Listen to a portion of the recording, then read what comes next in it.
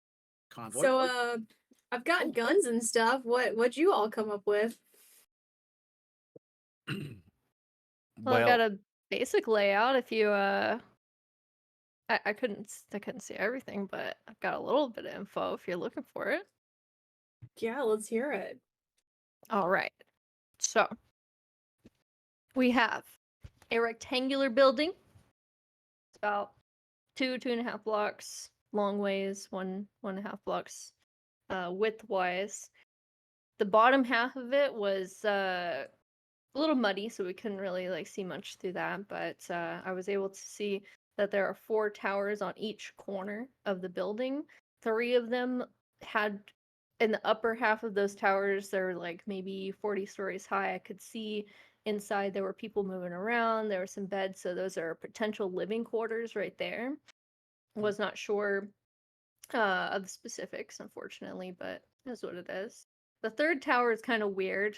Hangs over the parking lot. There's a like clover shaped sort of three leaf clover shaped sort of platform, and it looks like a drone deployment situation because they could see the drones coming out of that area, and it's a few stories of a opening there. Windows and doors, standard stuff. Not anything too interesting there. They have a couple of spirits guarding the place astrally, so we're gonna have to definitely think about that and come up with a way to get rid of those guys or distract them somehow. And Convoy and, well, mostly Convoy, but Archie might understand this one too. Looks like a V2L pad where those drones are coming out of. Okay. But I didn't see any of your cocoons, I'm sorry. Might still be some in there. I just couldn't see any. And that's about it. Well done. That's good work. Okay. Arcole, you think you can fill in any of the blanks with like the building layout and what we're missing there?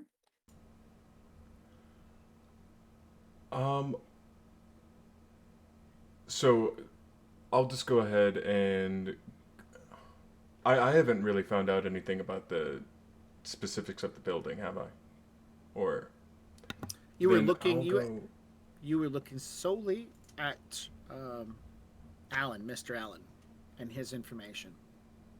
Then Yeah, if using you can look into that and to like exactly where they have his body set up, like that'd be sick.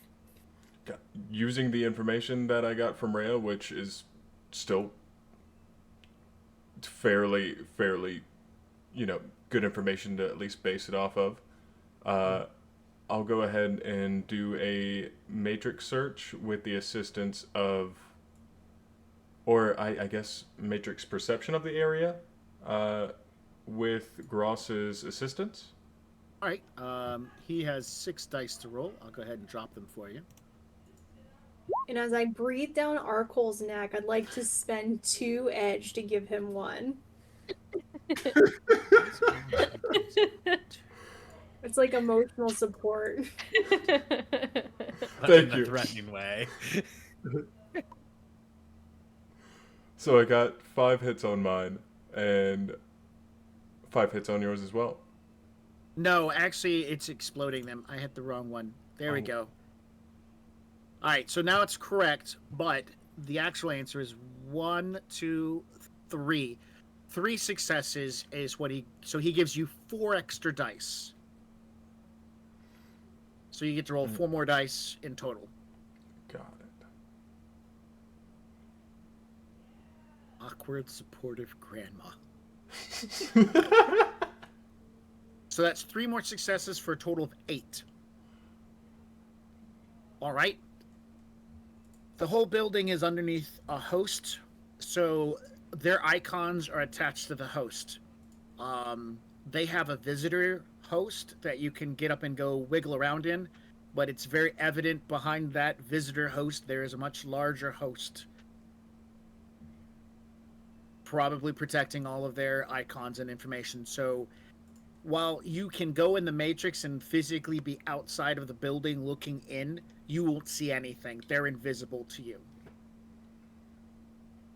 Just like those one guys were invisible to you because they're part of the pan. Everybody in this building is invisible to you. Now, when the drones get out and start flying around and get away from the building, they become visible, but it's very obvious that they are protected by the host itself. She was right. There is a drone bay, and you can see it on the host, the primary host icon. But it's the host is not shaped like the building. You know what the building looks like because you can see pictures, you can bring up a map, stuff like that. But the host is a large orb made of metal, similar to like the Death Star would be looking in an appearance, but there's no big dish and stuff like that. Everything seems to be metal plating, black metal plating with like a Disney villain green light coming from the inside of it. And then underneath it's this adorable looking drone that has its mouth open, and that's the visitor center, like where you can go in and learn about their company and apply for job applications, but behind it looks an evil Death Star. All right, I'll go ahead and relay that to the rest of them, and I'll assume that in this universe, or at the very least, Gross, whenever Arkol was spending a lot of time with him, told him a little bit about Star Wars and kept him educated, and just let everyone know that unless they find an exhaust vent, it's looking rough. Yep. So you can attempt to backdoor the host, and that's an option. But this looks like a no-joke kind of situation that if one slip-up, they might be dropping an HTR on you. Because this is a AA corporation. Let me see. So I do actually have in backdoor entry, because that's just straight hacking, and I have an expertise in hacking.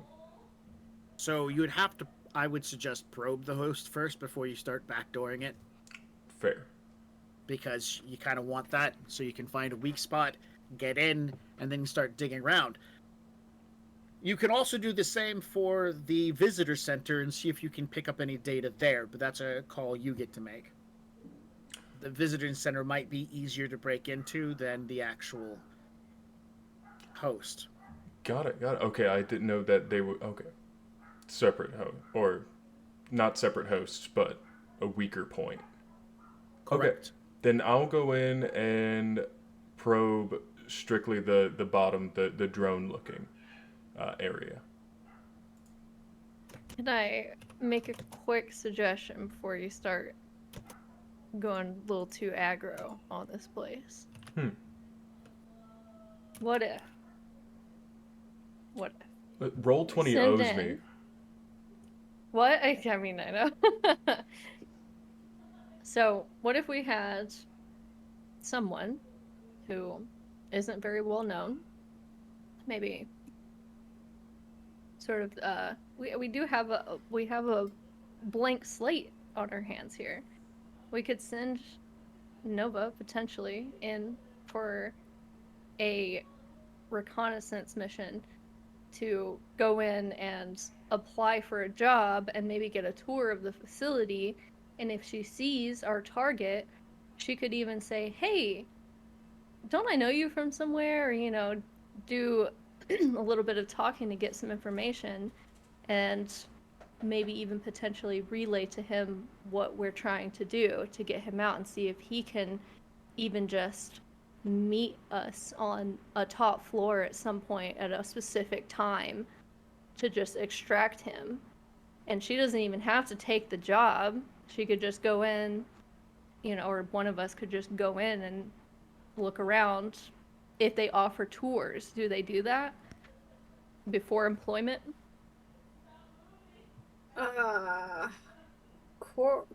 corpse? Corpse? Not my. I don't know. You think I can do this? I mean, you got customer service experience under your belt, don't you? These people kind of just kidnap the talent that they want. Well, you could. I mean, so don't be too attractive to them. I don't think that'll be a problem. As your friend here says, I've got some really old tech, so I don't know if they'll want someone who's not even like technically advanced. Just spitballing Future ideas. vintage. So would our I mean, I'll go in there, but I don't think the result that you want is the result that's gonna happen. Well, you don't well, we don't want to get you kidnapped. That is true. We just want a potential willing tour of their facility so that you can potentially spot our target and maybe get a couple words in edgewise.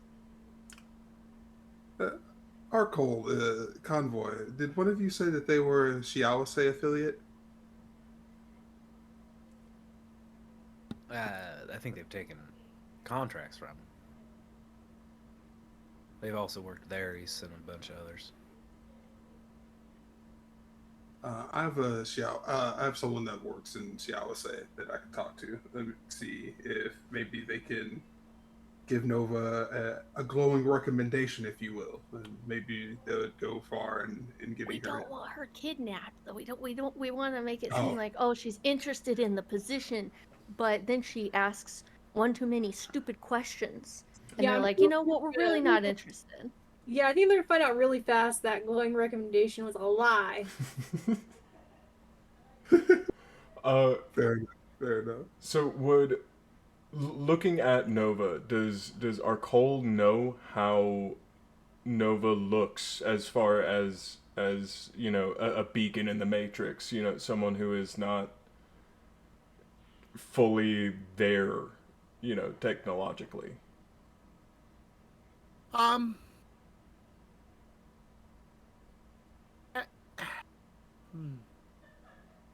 There's probably the answer is, will she be noticed? Depends on the person watching. Well, we know that they have at least one exceptional decker. Correct.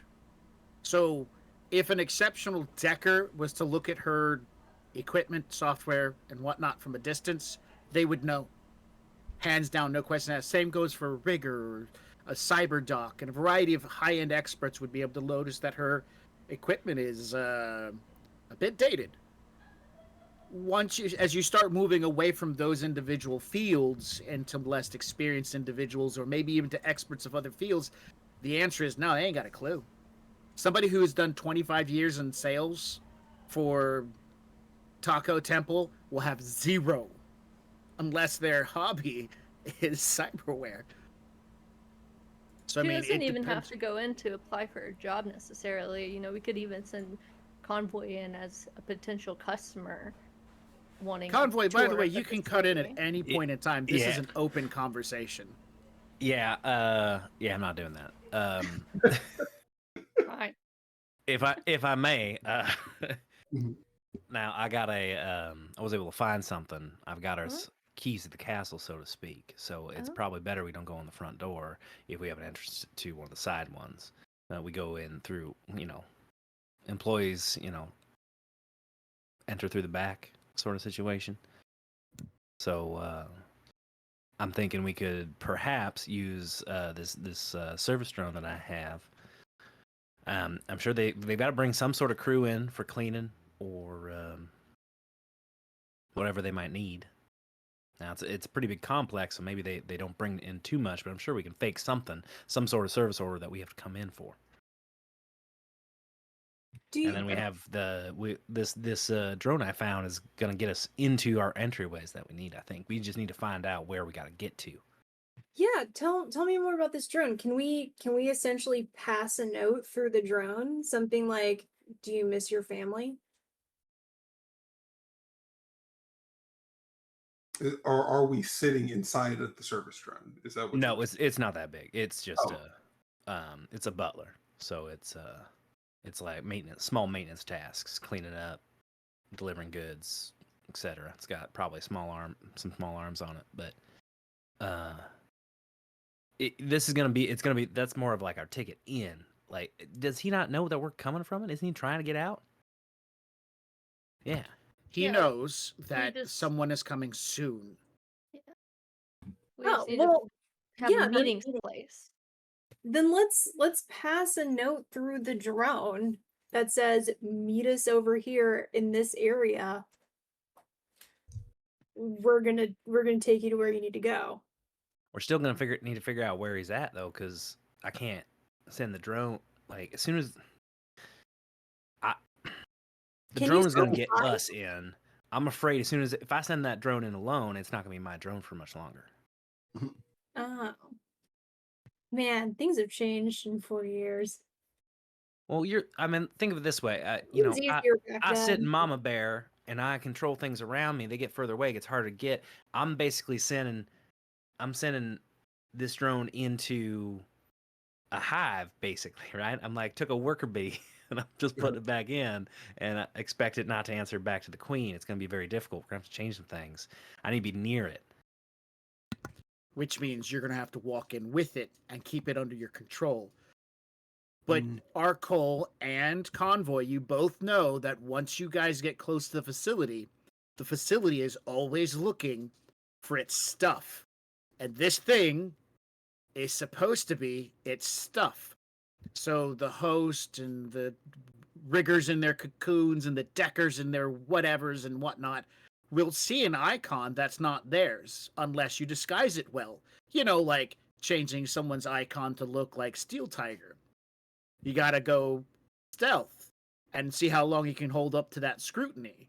Because at some point in time, the scrutiny will break and the drone is useless. But like you said, if the drone's wandering around by itself, it's SOL. 15 minutes in, it's going to be taken over to be like, what the hell is this thing doing here? But if it can open a door for you guys, it can get you in. Yeah, this is just a key on wheels. Okay. Technically, it's got legs. Key on legs.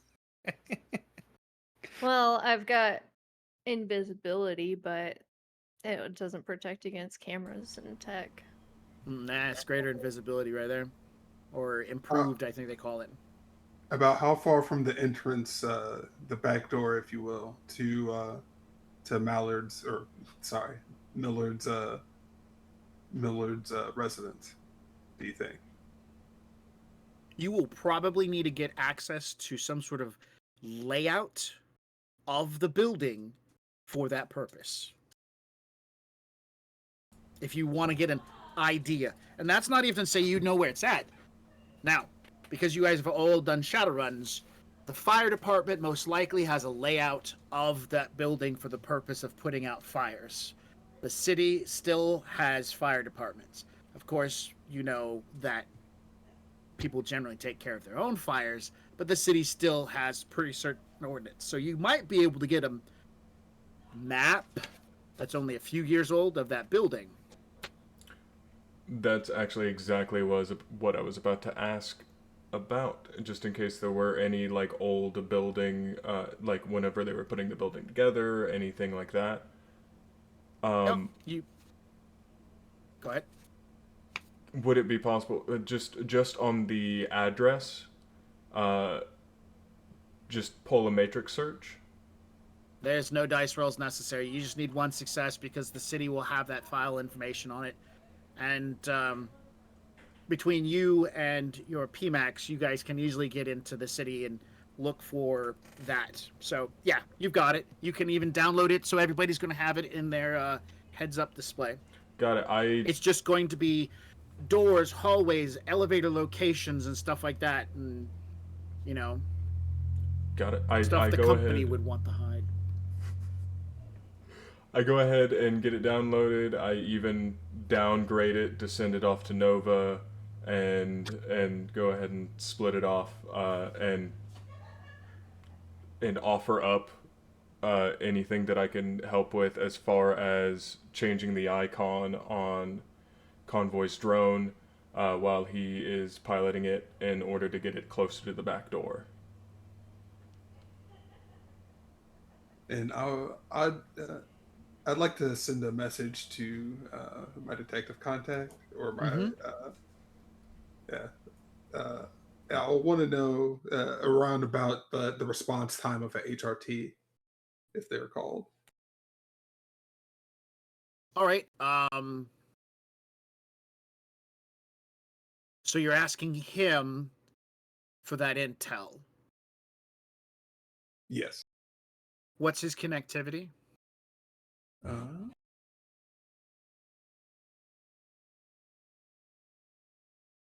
His connectivity is 3, and his loyalty is 4.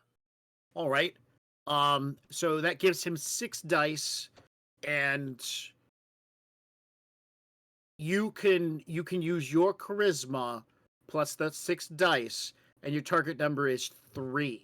If you want to buy edge, he probably would charge you like 100 new yen, and you could buy an edge to do something with this roll. Boom. I got 3. Excellent. He will tell you from his past experience that Shiawase high threat response in Seattle is generally about 10 to 15 minutes. But Hooper, who does provide some peacekeeping, has a really good response time, about 10 minutes. The scary people in town that have the high threat response time is Aries and Dockwagon. They can generally get there in about 5 minutes. Dockwagon hitting the 3-minute marker to almost anywhere in Seattle, because Dockwagon takes advantage of VTOLs that have a variety of souped up possibilities for their air ambulances. So, Hooper, 10 minutes. Alrighty.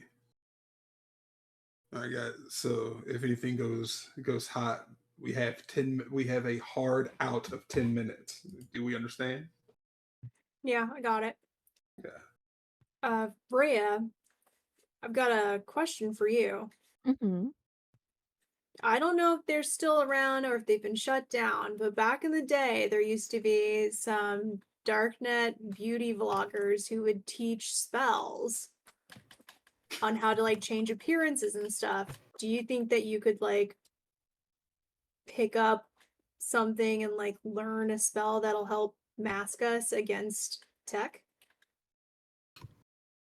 Just like imagining like dark web, like cybered out Jeffree Star videos. Yeah, exactly. So as far as I'm aware, I can't really learn anything new right now because I don't have a lodge or access to one. You should still be able to learn new spells. Lodges are for things like initiation and for like binding things to you. Okay, but okay, so I don't if I If you- don't need that in order to learn a new spell, then yeah, I could do some research and Okay. try to get that under my belt.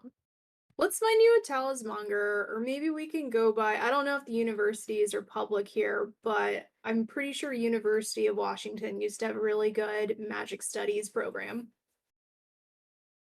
How much time do we have before we have to Yeah, hit? I need to run by the university too, so maybe we can. I've got until Saturday.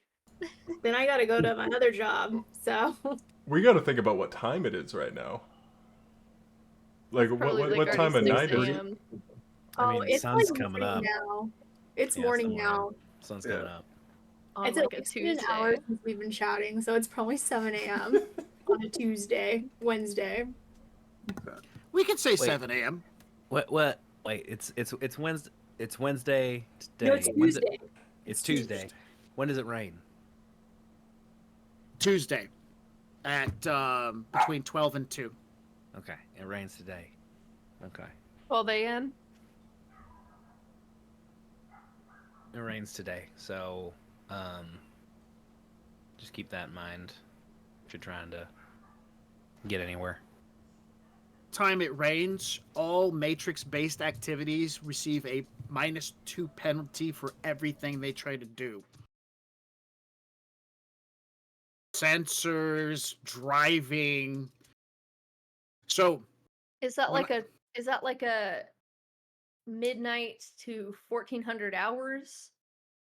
Or is it like a noon to 1400 hours? noon to 1400. Okay. On so it's 2 Tuesdays, hours. on Tuesdays and Thursdays, it rains from 12 to 2. And then Okay. every other night, it rains from 10 o'clock to 3 a.m. Okay. I apologize. The bathroom is dark, and my dog saw a shadow move, and now he's trying to defend the house. So please ignore Good dog. Good dog. tiny little terrier in the bathroom trying his darndest. That's cute. So, yeah, if you guys wait for the rain to come, everybody's going to have some difficulty doing anything Matrix based.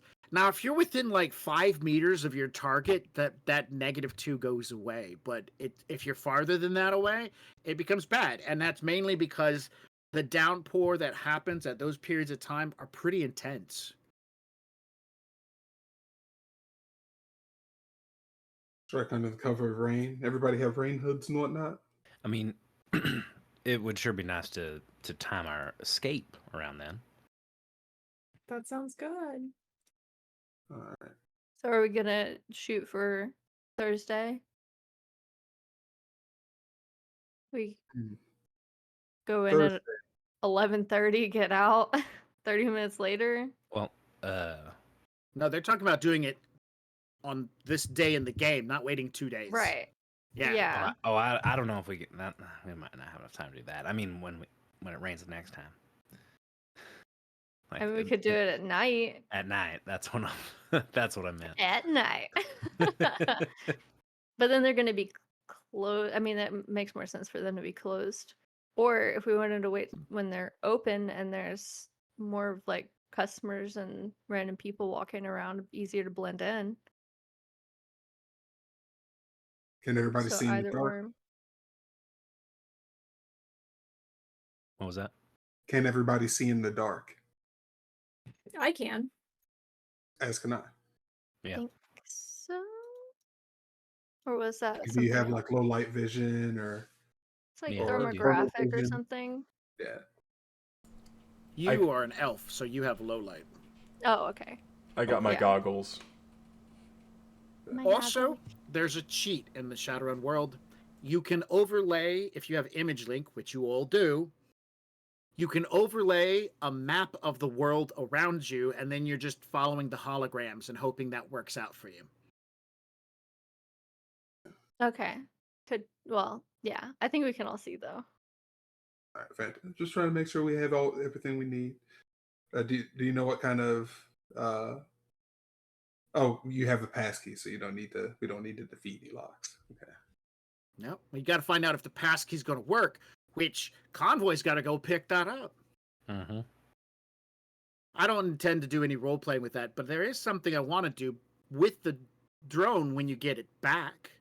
If we want to fast forward to that moment, that would be fine, and maybe then you guys can have a decision what to do.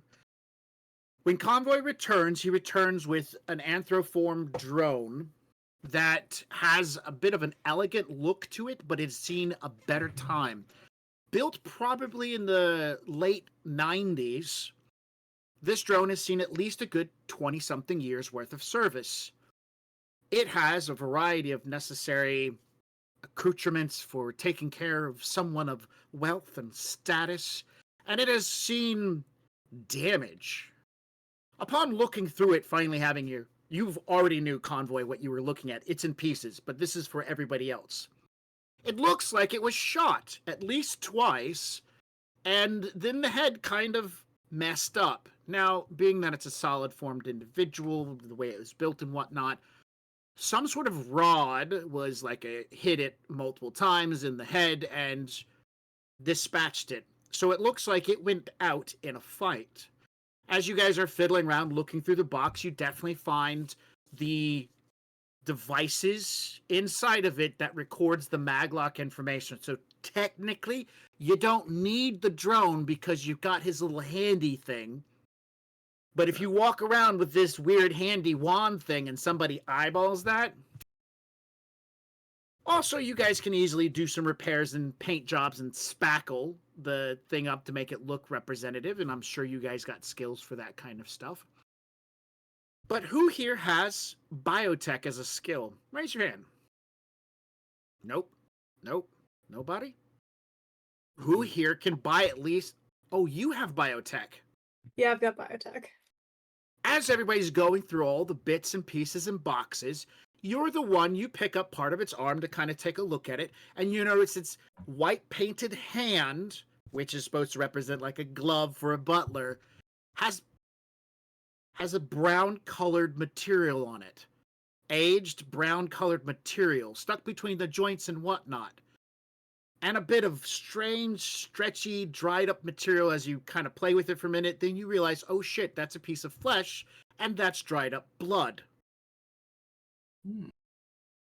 Ew! And I put it back down.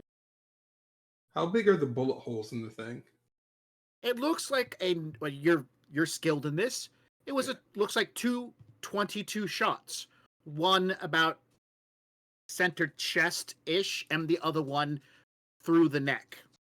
Okay. You are pretty sure neither of them did any real damage.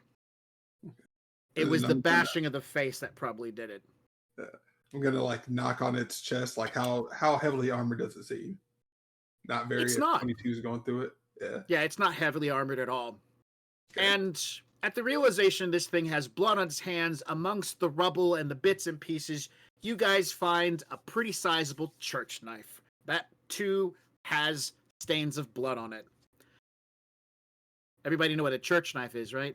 That's that big, long knife that has the curve on the front of it that's used to... Yeah. All right. Well, as you guys are now staring at this butler droid that has a butcher knife and blood on its hands and bullet holes in its chest, your salvation has been found. The key to the castle has been laid before you. Now all you require to do is decide, do you put it back together, or do you just try to fake it? We'll find out next session. Yes, we are going into our final break of the evening, and this is also your last chance to win a PDF copy of Shadowrun Street Weird, the guide to magic. Just type #RunPC in the chat for one entry, and for every 100 bits you donate, you get an additional entry, and if you subscribe, you get 7 entries. The winner will be announced after we wrap up tonight's session at post this break, so take this chance to not miss out.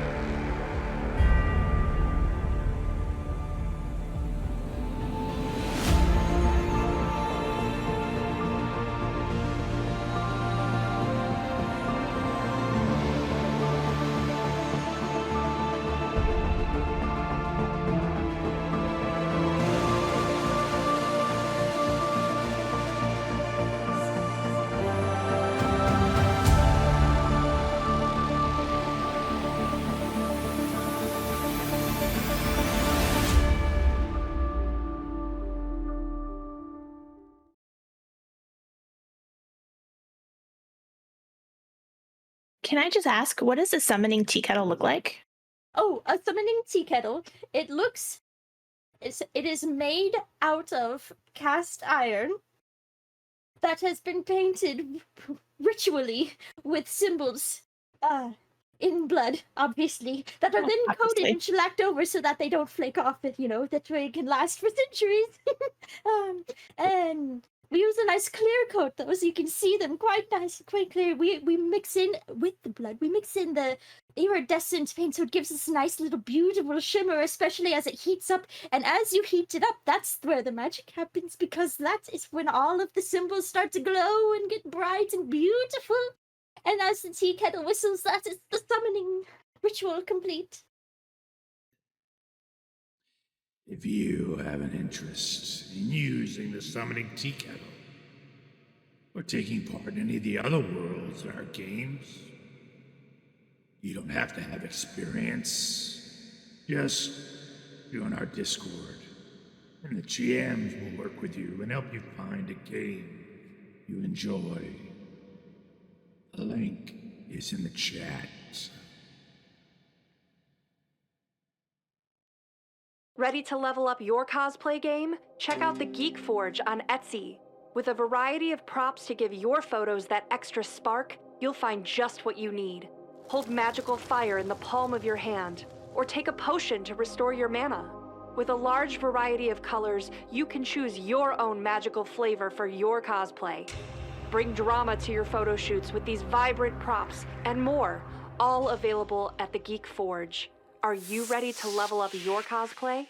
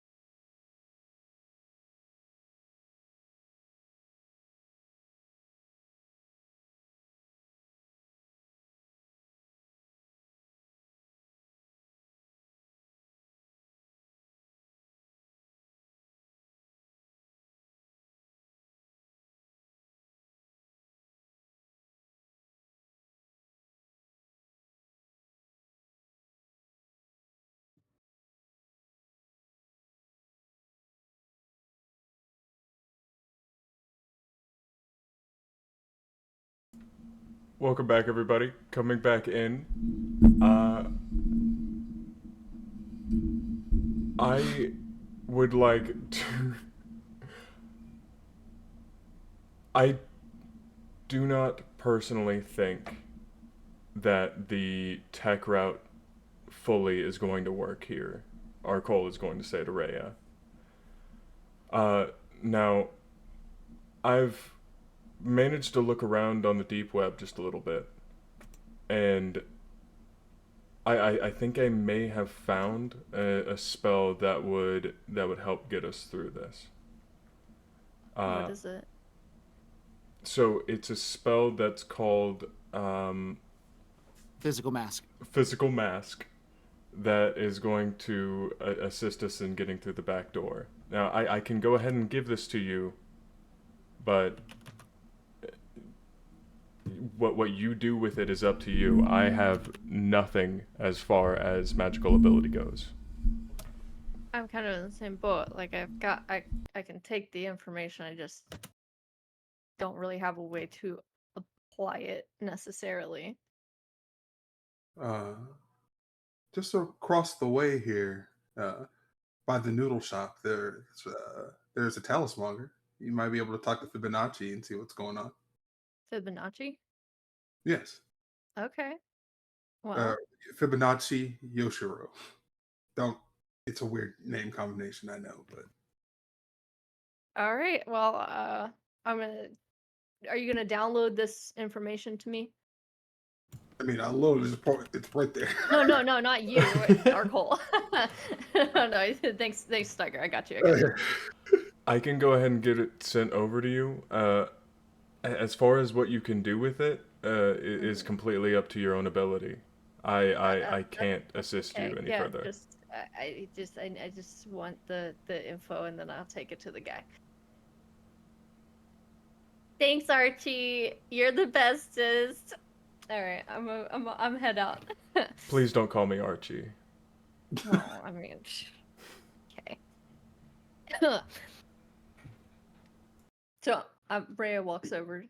She exits the tea shop, feeling kind of nervous, but walks over to the talismonger shop next to the noodle shop. Thinks about getting noodles later on her way back out because those look good. But walks in, and I would imagine that there would be like some ringing bells on the door. Yeah, wooden door opens up. You're greeted by the smooth aroma of herbs and botanical essence that permeates the air. The shop is warm. Natural light is being generated by giant digital displays, so it's not really natural, but it looks natural. The sound of a bird comes from an automated little drone thing nearby, so there's a lot of feel for being pleasant. There's even fake potted plants here and there, and it's a blend of rustic charm and organized oriental elegance mixed in with a variety of interesting glass jars and vials and tiny ceramic pots with plants in it, and indications and marks on each thing showing like whether it has some magical application or whether this is a good to remove warts. And there's a long sturdy counter that stretches along one side of the shop, then bends across the back side of it, and behind the counter you can see books and scrolls and what looks like a variety of herbs and maybe even reagents bound up between things like precious rocks and gemstones to carved pieces of wood and dried animal bones. Behind the counter is a aged Asian man of probably Chinese descent. He is definitely wearing silk robes, and he has a long haul coming out the end of a long smoking pipe. And he looks up to you with his one good eye, because the other eye is all blurred out and white from age and cataracts. Customary. Hello. He reaches out his long, gangly fingers that end in best described as 3-inch long talons, fingernails not trimmed for the last half decade. Welcome, young caster.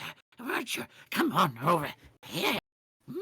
Yes, what? You've come seeking reagents? No, you come seeking wisdom from Fibonacci.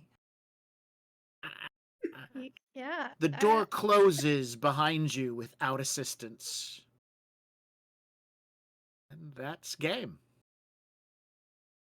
Cool. Yeah. I like him. I like Fibonacci.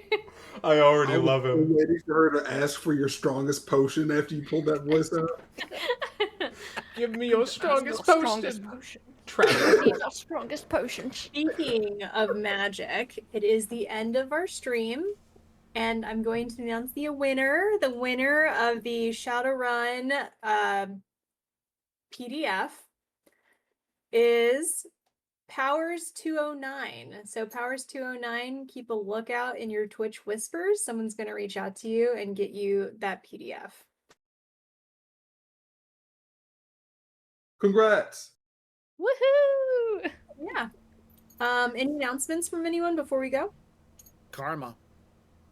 Karma, the best So- part. During the week, during this last day, I think it was, I've been introducing some of the lore behind the scenes, and so some of the players had an opportunity to win a point or two extra of karma, and I think I'll be doing that again as we have conversations and whatnot. But for this game session, Convoy definitely caught me by surprise, wanting to look for a substitute drone to sneak into the building. Of all the things I thought about, that's one thing I didn't, and so I'm very pleased about that. The role-playing tonight was exquisite. I really enjoyed it. I love the interpretation of Rhea as a learning mage, and I like it. Keep going with it. You guys are all doing an amazing job. I am highly entertained, and that's what you're here for, to entertain me. So, I'm going to be I normally do 3 to 5, but there were 2, I felt Rhea's role-playing experience and how she's acting and whatnot was really, really good. It felt up there. I'm liking everybody's role-playing. Let me just say this. I'm not saying everybody's role-playing needs to catch up to hers. You're all doing a great job. But I'm looking for those things that just shine for a moment and make me go, ooh. It was a hard toss-up between, oh, I'm learning a lot of Spanish right about now. That was hilarious. By the way, that was a good joke. I loved it. Because when I was looking at everything and I realized I wanted to kind of lean on the fact that your character is much older, I was like, hey, I could just take advantage some Spanish that I know. Abuelita. And then your character's name was No Go. It was cemented for me to use that kind of line of thought. So I'm enjoying that. So not saying everybody's you gotta pick up this. No, you guys are all doing good. So for that, I'm going to give 7 karma tonight because of the sideway kind of using a drone to get in. Brilliant. I love it. And the role playing has all been really spot on. So 7 karma to everybody. Thank you, Max. Thank you. Thank you. I'm having a fun time with this. The lore that I have built up, I'm pumping it out to the players, and I hope that the audience is picking up on little bits and pieces. For the most part, everybody should be hearing oh, hey, it's just like Shadowrun, except there's just some differences, water's expensive. What? That drone over there is a merchant. What? And so if the audience is paying attention, slowly but surely you'll be picking up on the little differences and whatnot. There's cameras everywhere, and you can't just bust into a place. So I look forward to next game session and you guys figuring out how this drone is going to benefit you and what happens next to getting into the Hooper building. I don't think I'm going to call it the Hooper building. I'm definitely going to find a better name for it. Every time you say Hooper, it kind of sounds like you're saying pooper. I mean, isn't that what hoop means in Shadowrun lingo anyway? The bum? The bum? Oh, yeah. I don't know. Yeah, you get knocked on your hoop, you get knocked on your ass, right? Yeah. Oh, I did not realize that. Mm-hmm. I'm gonna have to relook my slang. So literally, their company's name is Butt Peacekeeper. Yeah. Just like, I I'm was not changing interpreting it as like a joke, like ass Oh my God. peacekeepers, like they were terrible at it. Like they're just not No. good at it. Which is why No. their drones are getting taken out by 22s and crowbars. What? Someone's got to protect it. Yep. All right. right. Well, have a good night, everybody. Yeah, good night, everybody. Everybody, keep on going. Keep on going. Just really work it out. Mhm, mhm.